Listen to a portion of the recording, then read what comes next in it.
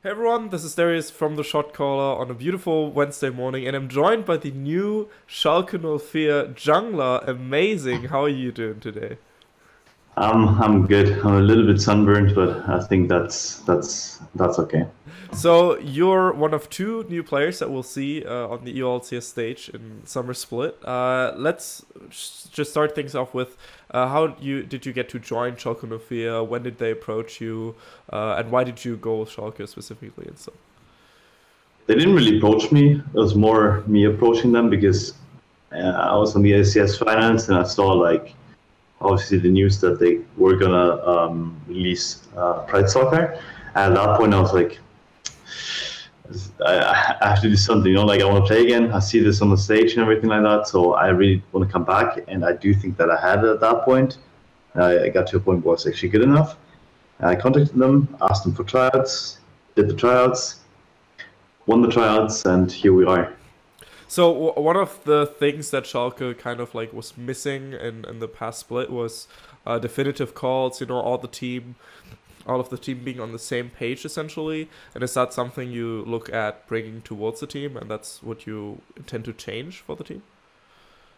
I mean, I don't intend to change it. I think overall the team seems to be trying, like at least like over the progress of the last couple of weeks. Like I've seen the team try more in terms of shot calling. So the whole team basically became like more active in that department. So it's more I bring the initiative to start this process rather than actually bringing these qualities like myself. Like so. To some extent, I can still shot call, but obviously because of the break, that it's a bit rusty, and it was a bit rusty to start the off season with. So everyone just started helping out. So at this point, I think it's more about like the team really haven't found like the initiative to actually do it and shot call for one another. So we've obviously spoken a few times before. I remember the last few times, obviously, like last split, I talked to you as a caster.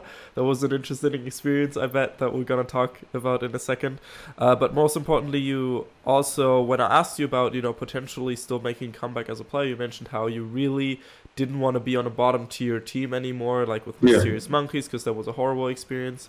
And you really wanted to be on a team that can go for a competitive drive. Obviously, Schalke really hyped last split. Then at the end of the day, they placed 8th, which was a disappointing result for many. I mean, you expected them to make playoffs at one point as well. No, I didn't. I didn't. What? I didn't. I thought you had the I bet said, with the Officio. no, it was the other way around. I Oh. said they're not gonna make it, and he said they're gonna make it. So So you get the I, kudos of I win the Oh, okay. bet. Someone that actually won a bet against Officio. That's a special one right there. But yeah, what do you think was something that was missing from Schalke last split, and do you see changes already in the few weeks that you've been with the team? I think what's missing for them was basically confidence and trust, because like what it felt like when I saw them on stage, it was more like there are 5 different units orchestrating, like the map, but it should be one unit like roaming the map together, basically, like, controlling the map together. And I think they didn't have the confidence in one another to basically first of all shot call for one another, and then obviously like they didn't trust one another to the point where if someone said something, they would necessarily go for this play, So I think they were disjointed. I think they just didn't feel like a team, and I don't know. I think those were the main issues. As far as I'm concerned, right now, I think we're more a unit than we were at the beginning of like the off season, obviously of the preseason.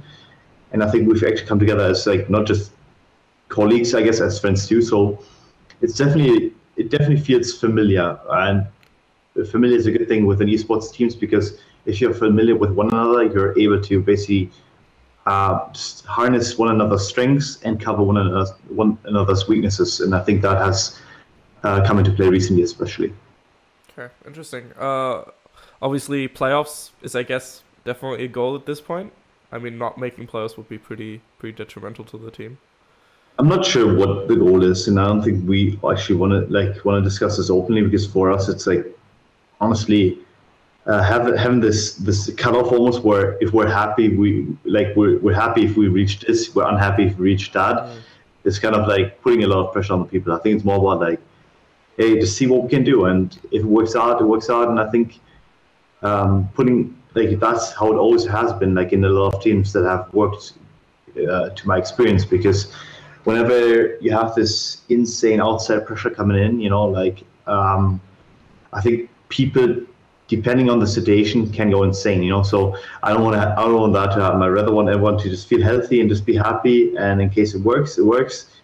And in case we don't find this arbitrary goal of reaching playoffs, but we've worked hard, we can still be proud of ourselves. You obviously got to play on TSM and Fnatic, two teams that were outside pressure must be massive at times. TSM, yes. Fnatic, no. There was no outside pressure. Really? No, there was no outside pressure. Like, I didn't feel pressure to perform. It was more like my own like will to perform, that kind of like drove me a bit, it drove me in that regard. I don't know. Fnatic was pretty lenient in that way. They gave a lot of space to the players.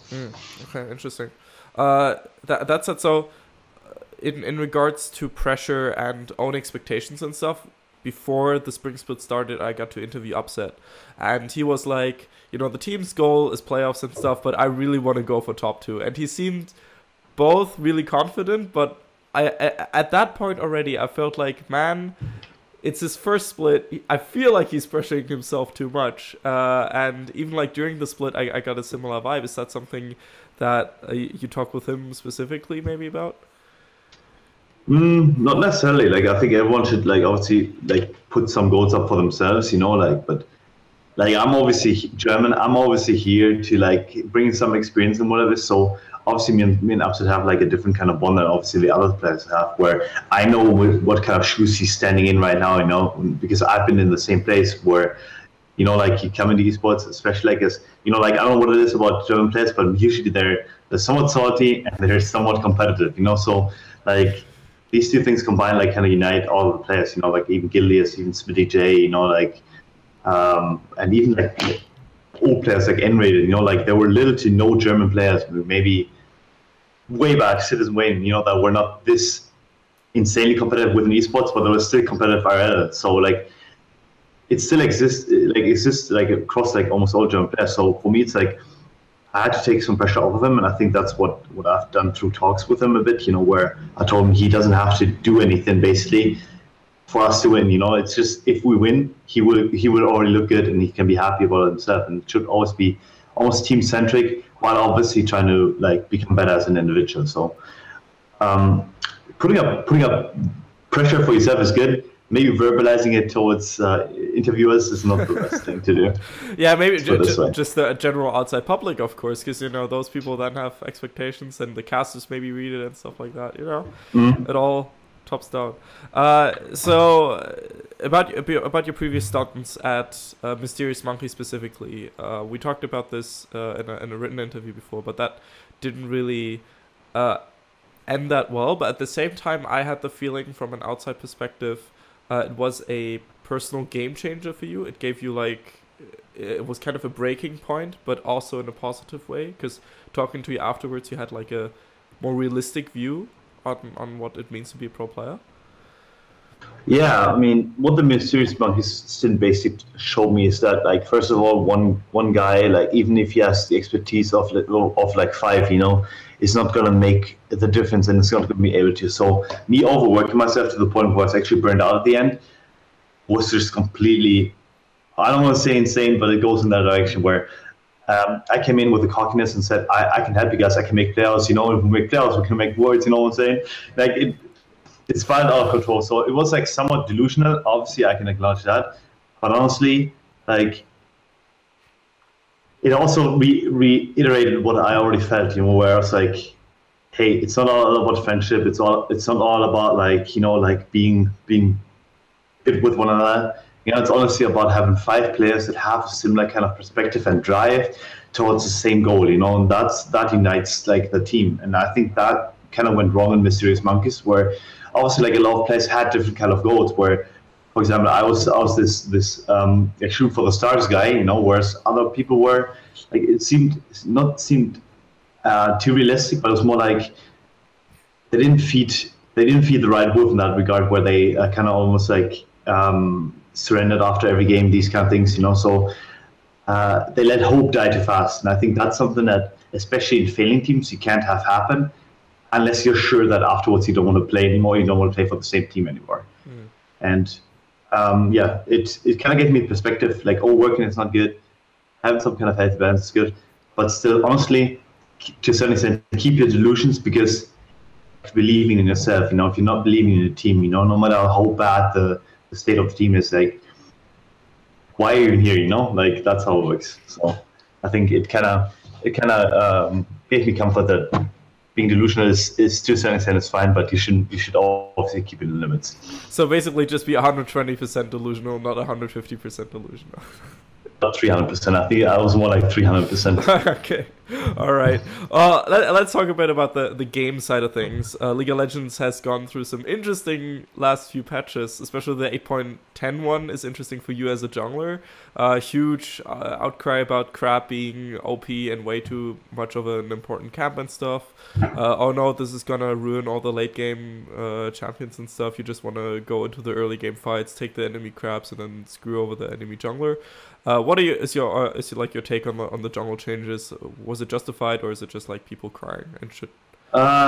Both. I mean, obviously, like, I was one of the outcries too. That was pretty vocal about it. Like, and I'm always vocal about changes, you know, because in the off chance that I'm right and this patch actually like goes in the direction that I'm anticipating, I look like a prophet. In case it doesn't, I just say, couldn't have known, you know. So it kind of works. It kind of works for me no matter what. But I know that. Like, I think the general state of the game, like, at least for junglers, seems to be a bit off, and it's not because of the, like, it is because of the early game focus, but it's not because of the crap. So it just feels like that you're less rewarded for smart pathing and rather rewarded for just like using priority lanes. And priority lanes just means that you have to push, you know. And every time you have to push, you walk in, you know. That's how it works. And I think it used to be, at least like season 4, season 5. It was a bit, let's say, smarter. Like, it was smarter. The approach that he had to make is basically like, okay, if the enemy takes this camp, you know, like, then he has this ganking range almost where he can go, you know, at level 2, level 3. We don't have any wards. Am I going to counter gang? Am I going to match him up? Am I going to just farm his camps, you know, anticipate that he's not going there right now, you know? So it's a lot of thought put into it. And right now it's basically really telegraphed. And I think that in itself can present like this early game dominance that he talked about, where like, you know that he's going to go there, you know he can't do anything about it, and if you walk on the other side of the map, if he has any kind of like lane priority, if anyone can walk on you, you cannot take that camp. So counter jungling with a weaker jungler does not work anymore, that's for sure, and just running into river with a stronger jungler definitely worked. So it took away a bit of the surprise and like thoughtful element from the game. Do you feel like that, therefore, junglers in general have taken a hit in terms of how relevant they are, especially in the early game, because you need some support from your mid laners or bot lane? I wouldn't say so. I think the priority junglers can, like, at least the junglers that beat other junglers 1-1 can still take this priority no matter what. But I do think that junglers overall just like, you know, for example, I always say I'm a historian to a certain extent, obviously, because I was successful in the past, you know. So I always like to compare like the game to then. And I think, for example, in season 5, I think about it, you know, like, you have the lane swap meta even where you can kind of evade these jungle metas. So you just say, okay, I'm weaker, they're really strong early game, I'm going to lane swap and early invade, and basically like force this kind of like issue where they cannot cross the line, you know, anymore. They cannot break the halves that are existing right now. So it kind of allowed late game junglers to basically take some place, but and basically scale up. And now that doesn't exist anymore. So any jungler that is kind of strong throughout the game will basically be a jungler that will be picked. Interesting. Okay. So what are your? We've seen some tweets from you about the 8.11 patch, of course, with the insane Clown Fiestas. Technically, LCK is on right now, and SKT picked like Lulu bot lane together with Alistar to really get the Yasuo going, and that doesn't work out and stuff. We've seen some crazy stuff. Vladimir bot lane on the other side. What's your take on this Clown Fiesta? I mean, honestly, like, the bot lane Clown Fiesta doesn't annoy me as much, because I think, you know, like, you're still kind of picking to the team comp, but obviously taking away like this it's been 7 years where like I mean, since season one, basically, since the World Championships, he's had marksman bottom, right? Like, he had some iterations where he had Ziggs maybe as an exchange, but it wasn't really that dominant whatsoever. So he basically kept having marksman bottom. And now you're taking that away and you're making them forcefully weak and you put them in a position where they cannot necessarily play anymore. It's just, Riot came with this idea, we don't want to enforce meta, but now they do. And I don't see where this is coming from. And the same thing for the jungle XP changes. You know, we've seen the Taric Masi combinations, you know, for example, in LPL, you know, and in SK, you know, they ran Rampage. And if you think about it, this again is something that Riot maybe accidentally enforced, but maybe not. I have no idea. I have no insight on that either, you know. So they basically upped the amount of XP that you can get, even if you're ahead of the camp. And that means like someone could take mid waves and take jungle camps and still level up from the jungle camps as much as anyone that would just be jungling, you know, because you don't have this decrease in XP anymore. And the foresight is just gone to a certain extent from Riot, and I think that's something where they established some rules back in the days, and now they're kind of breaking them, where they say they don't want to enforce the meta, but now they're doing it. And I'm not quite sure where the game is heading right now, and I'm kind of curious, and I'm not a fan of like at least Clown Fiestas, where you basically don't have any jungle mid interaction, but you just farm, and at some point you're going to be strong and destroy the enemy team. I mean, the jungle mid interaction is, I would say, even more extreme than before, just in a very different way. So it's just like, yeah, you got supports mid lane. Or you go Nunu Karthus. We've seen that. Broxah and Caps like to play it. Not a fan? Yeah. God, yeah, I don't know what to say about it. Like, I've seen it, but it's more about just like, this is not like, you know, like, this is not what the game is supposed to be. At least that's how I feel. You know, like you're supposed to have like this powerful interaction on mid lane where you're like, okay, if my mid lane has priority, you know, we can go invade together. Or if the enemy is pushing, do I gank? You know, like, do I need to ward? These kind of things. You know, that whole element is completely gone now. Where it's more like, we farm faster than them, so like we take one more camp before we push mid lane again, you know. And I think that's just a bit bonkers, you know. Like, it doesn't make sense. Who can cheese more? Aren't you excited to potentially play Tarki on stage though? I mean, that will put you 100% in the spotlight. Nah, but I don't even want to be in the spotlight, you know. Like, I just want to play and see what happens, you know. I think this whole Nunu Karthus, you know, like, I don't know, it takes a lot away from traditional jungle skill. Let's put it this way. Okay, fair. So interestingly enough, well, I viewed it as interestingly enough, we only saw 2 changes from the EULCS teams, one being you, and the other one being Targama's skin release and Sir Nukes a lot joining in for Giants, which was a change that not many people anticipated, I would say. Yeah. I think a lot of people are... I mean, Targamas just looked good for a rookie and stuff, and like he didn't look like the problem on the team, and then you release him, even though he's like your best talent in a way, almost after Ruin maybe. Was a weird move. Yeah. But don't you think that it's, because this is a consistent theme, don't you think it's a bit weird how few teams actually change their Spring Split rosters compared to the Summer Split rosters?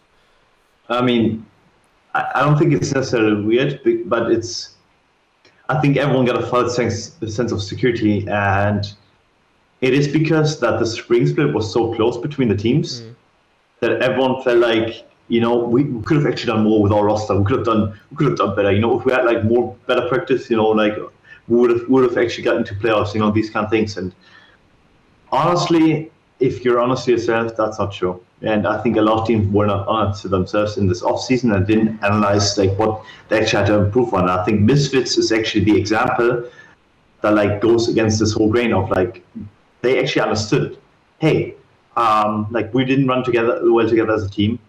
We actually need some subs to basically reignite the fire behind like some people, you know, like, or give them a different perspective. And honestly, I like this change because it makes a lot of sense. Like, and this is the approach that a lot of EU teams would probably like to do, but cannot, maybe because of, like, obviously I have no idea about the finances, you know, of other teams, but it's pretty obvious that either it's ego behind the team members, or it's honestly lack of funds, you know, that actually don't allow this to happen. Because what Misfits did this offseason made a lot of sense. And I would have liked a lot more teams to go for the same road, where bring in another coach, or a different one that has experience, and maybe a couple of subs just to have them in the house. Yeah, I mean, substitutes, I think, are always a good thing to have. Then at the same time, I was wondering about that in general, and I was talking to a few subs, and substitutes themselves usually feel like they accept, situations like with Bwipo and Soas occur, where, due to circumstances, all of a sudden you're actually on stage. When they're just sitting on the bench, they don't feel like they're getting much out of it. So that's like worrying to some players, at least maybe not LCS, but to like a lot of National League subs and stuff, because there are a lot of teams that have them as well. I mean, honestly, National League team subs are almost a meme because, let's be honest here, the national teams are usually not very good. The Spanish League is the only one that seems to be really competitive. Maybe the French League to a certain extent, but like even they are really paling in comparison to the LCS teams, So like accepting a subpar situation there, maybe even subpar salary is kind of ridiculous, and I wouldn't do that. But if you can be a sub for an LCS team and you have had no prior experience, it's nothing but benefit for you. Like obviously the Source Bwipo situation teaches us something wrong. You shouldn't obviously have to wait for a situation like this to occur, but. I think it's more about, just getting the expertise and soaking things up, because even if some players don't willingly share, like I would, for example, not do it anymore, where I would have a sub and I would teach them, because I'm old, and if cases accept less salary than me, and these kind of things, like I become obsolete, so I wouldn't do that anymore, but he will still pick up stuff from the surrounding, where you understand, okay, this is the competitive pressure, this is a competitive environment. There are a lot of things that you can soak up and you can use for then your next iteration of like maybe getting to an LCS team, because being a sub for an LCS team actually has some kind of value to it, especially if you're in-house. Yeah, I mean, I definitely think even if Bwipo wouldn't have essentially, become the starter of Fnatic at this point, there was a really good chance of him just being picked up by a different LCS team for Summer Split if this whole situation would have happened. Simply based off like those two matches and his general performance for the team and stuff. Are you excited to play against certain players? Because obviously since last time you played, a lot of in the EULCS has changed. We got Jizuka in, Julius is back. That will be an interesting one, hey? No, I really don't care about the players. I don't know. Everyone is just, everyone is just playing for the teams, and I don't think there's anything that I'm really looking forward to. Maybe the old rivals, like for example Shook, it would be fun to play against them, because the last time I guess we faced was like in the promotion tournament. Right. But like the heights of our careers were overlapping, so it is kind of exciting to have that coming in again, But no, I don't see anyone as a rival either, because I don't think anyone actually has anything specific to them, Like there's no one that I'm like, oh, I have to play against them, Like this would be the case if I was playing in NA or in Korea, where I'd be like, oh, I'm playing in Score, I'm playing against, like obviously Dandy is kind of like gone now, but like these kind of things would like really entice me. But USCS, same old faces, same old play styles, everyone still has the same issues, it didn't change, Oh, okay. Even though, yeah, I mean, even players like Jizuka though, because, I mean, he really stood out. Nah, I don't care. Like, I don't know, like I have Nuke Tech, I'm fine, like I don't really care about Jizuka, like no matter what he does. Like in the end they got fourth, so this is at least one place away from Worlds, and this is at least 2 places away from where they aim for, like so I'm not worried. Like I'm not excited either. Okay. So Schalke also brought in, speaking of Nuke Duck specifically, Schalke brought in a sports psychologist in the last weeks of last split, and he's now with the team consistently. Speaking to Nuke Duck and Vizicachi in week 8, I vividly remember both of them being very adamant about the fact that yes, the sports psychologist is great for us. He's really helping out the team, completely changed things. Do you think that this position specifically needs to be looked at more from professional teams? Yeah, I'm not even sure if it needs to be a sports psychologist. It can just be a psychologist, because honestly, like, I mean, sports psychologists are optimizing performance, but I think a lot of teams nowadays, like they have so many in between team issues, that sometimes it just helps to have someone to talk to, like, so like having him around really like stabilizes a lot of rooms where sometimes the arguments could get out of hand, but they don't because he's there and kind of like brings the stability. And then after the scrims, if we have any kind of issues with other team members or like with the coaching staff, whatever, we can talk it out with them, with him. So in the end, it gives us this, I don't want to say motherly feeling and motherly comfort. Older brother, let's go with that. Yeah, let's say older brother. Like just someone to talk to and someone that can like, hold your hand when you're feeling bad. Let's put it this way. Very nice, very nice. I remember watching an Afromo interview recently that was already a year old and stuff, and he was freshly 24, and I think at this point he's 25 maybe even. And he was asked about, you've been in the scene for pretty much forever. How long can you see yourself playing? And he was like, well, if the money's there, if Riot's making a good game, I can see myself playing till I'm 30. I don't think there's any reason why people should stop before that age unless they're specifically burnt out or just don't like playing the game anymore. What's your take on that, given that you're one of the older generation, with no offense, of course, as well? Yeah. Do you see my age? But yeah, like I guess I'm of the older generation, but I don't really put much thought into it. Like for me, it's more like it's about this enjoyment. Like if I enjoy the game, I'm gonna play like till I'm 40. If I don't enjoy the game, I'm not. That's how it works. Because let's keep it real. If you compare this to football players, like they play until 41, partially 38. Depending on the position, whatever it is. Even NBA players. So like Michael Jordan play until he's 40. So why the hell not? It shouldn't be any difference between that and like traditional sports and esports, because in the end it's still about making a like livelihood for the remainder of your life to a certain extent, because you obviously want to save on money and whatever it is. So being in esports longer will grant you more money because you will have more contracts coming in and there's going to be more money flowing in. It's just how it is. And worst case scenario, just by being in the scene longer, you show stability and you show that you're able to adapt to multiple team environments or multiple just work environments. So that in itself gives you kind of credibility within esports and allows you to achieve other things or go into other roles, such as coaching, such as like analyzing, such as broadcast. So play until you're done so. Or just play until you get relegated 3 times. I think that's like the magic number, The magic number. Good for a lot of players. I guess that relegation won't be a thing anymore, but we'll see about that. Speaking of adapting to casting, what was your working environment like with the cast? Did you enjoy your time there? Was it more stressful than you expected it to be? I mean, it was more stressful, but it was also like it was pretty comfortable. Like I don't know, it felt nice to just have a normal work day and just go home after. Obviously, I had the issue of like I was traveling from Bocholt, my hometown, to Berlin. So basically, after the show days ended, I had to fly back.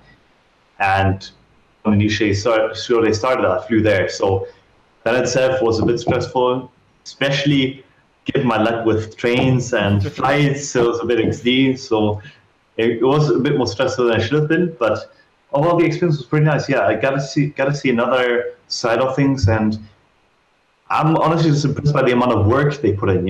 Especially obviously like the man at hand that basically guided me through the games. Trevor. Like when I see him obviously like training his vocal cords before the game. Going through every note and actually trying to understand the game to a certain extent. Like even though he's not supposed to, if that makes sense, like it's just really interesting to see. And it's also like, players are different to adults. I wouldn't call any player an adult right now, because like all of us are still kids to a certain extent. We're playing video games for a living. Some are more refined than others and are already like taking responsibility for their lives, but others are not. And it was nice to see just like everyone in the broadcast, obviously are adults. They're taking responsibility for their lives, so it kind of gives you a different perspective of what life or like work life is supposed to be. So interesting. Okay, I can see that. That said, you got a lot of positive feedback, I would assume, but also some negative ones at times. Man. How do you deal with that? I don't. You know, if people tell me they cannot understand my English, you know, then it just sucks. What can I do? You know, like, I mean, you can, like, I can tell them to try harder to listen to me, but I know I have a thick accent. It especially got worse after I left NA, you know, like, because obviously I had this consistent American exposure, but now I'm like Germanized again, you know, which is not the best thing for the English accent, but, you know, like, honestly, who the fuck cares what like these kind of people say, you know, like, I don't mind having criticism from my colleagues. I don't mind having criticism from like people that actually know esports and know broadcasting, you know, like it's actually good. I would take that in. I will probably improve on it, you know, but if someone on Reddit tells me, I don't understand your English, like I can't listen to him, his accent is too thick, you know, then I'm like, I don't know where that comes from, like, it just happens, you know, like, and if you have that many issues listening to me, then it's just how it is, you know. So it's fine. Bad luck. Yeah, I mean, same. Honestly, I can relate to. I felt the difference ever since I moved back from Australia to back to Germany and regularly speaking German. German is just, man, as a language, it's just so rough. It's like it screws over your accent.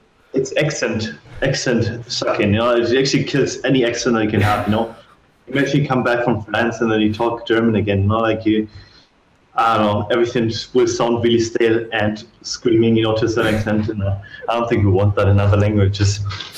Maybe for good reason. But yeah, I guess we'll see you in the upcoming weeks. What's the one final question? What's the situation like with Pride-Stalker? Because I was surprised to see that he's still a sub, essentially. So yeah. You're still working together. He's still in the gaming house. What's going on there? No, he's not in the gaming house. Okay. No. I mean, I think he's basically become a streamer. Like, he's on I think a streaming contract, but I'm not sure either. You know, like, so he's basically just like streaming for the team. You know, like doing his hours and whatever it is. And like, what I like about Schalke is that like a lot of other teams would have tried to like basically fire him because obviously they weren't happy with him in the team environment, you know, because obviously like there's a reason why he's now on the bench technically, and that he didn't work out with the team. And a lot of teams would have said, hey, you didn't work out with the team, you know, like we're gonna find reasons to kick you and not pay you, you know, like. And what Schalke does is exceptional, that they actually respect the boundaries of contracts nowadays, which should be something that is happening by default, but it does not, you know. So I really like what they did, and they gave him the option, obviously, to stream more this and like and basically be a personality for the team. And I think that's really important. And I'm happy that this is the route they've taken, and this is the route that he took, because I actually thought that Pride in himself, like, at least from my perspective, was someone that had mechanical talent. I've played against him, I've lost to him too, you know. So I knew that he had mechanical talent, and it's just about finding the right team environment to fit in, you know, because we've seen a lot of like junglers that have a lot of like, let's say, expertise, you know, like a lot of like almost like shot calling ability, but then they don't fit into teams that already have sufficient funds of that, you know, where they have sufficient shot calling, where they don't need that aspect anymore, and they need someone mechanical, and that's where he would be able to come in and do well, you know. Whereas on the other side, if someone is too mechanically focused and they come into a team that basically has only mechanical focus, then obviously this doesn't overlap properly, you know, and it actually creates like this issue of who's going to take responsibility. So it's a clash of like these things, basically of personality styles or like just working styles, you know. And I think him actually waiting another split to find a new team, especially with franchising coming next year, is a really good thing to do, because national teams, as I said, are to a certain extent a meme, you know, and I don't think you want to go from LCS to a national team, because it puts you under a lot of pressure, where if you underperform, it's going to look really bad. Yeah. That's just how it works. Yeah, if you're not or if you haven't proven yourself in LCS and then go to National League and then you still not prove yourself, then it looks pretty bad. I guess for some people it works out. You know, Jesus probably was in talks before, but you know, got to rejoin. Frong got to show that he's still a god essentially. What? Okay.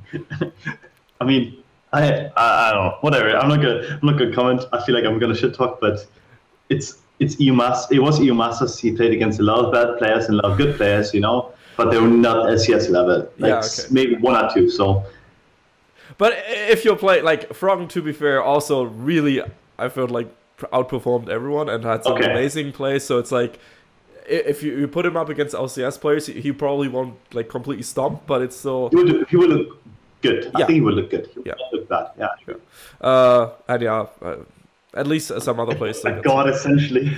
A god amongst men. Yeah, it's obviously super difficult because when you have personalities like Frong or Forgiven and they don't play for a long time on LCS stage, you're like, we know you were once a god and you still show that sometimes, but are you still... honestly, they're all mortal. Like no one was a god at any point, you know, like, I don't know.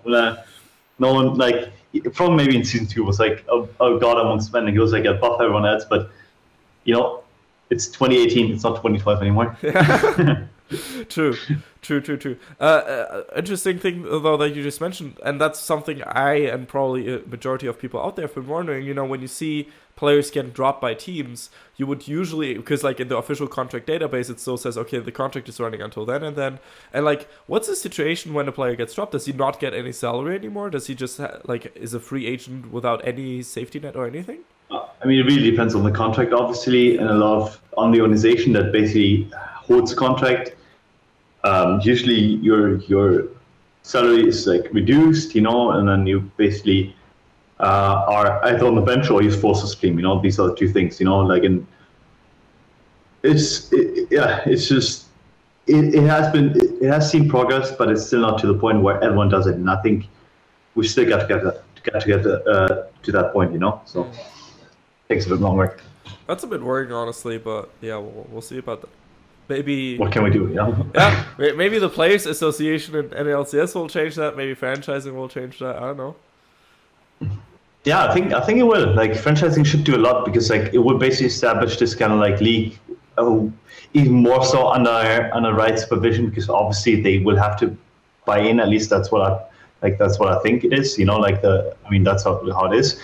So I think the overall connection between players and Riot and the organizations and Riot is going to be a lot more strict and a lot more at hand, and hopefully we'll have a player association in the EULCS too, and I think that would be a step forward. Yeah, sadly that hasn't been announced yet, which is surprising because back when NA franchising was announced, they immediately said, yeah, we're also going to get Players Association.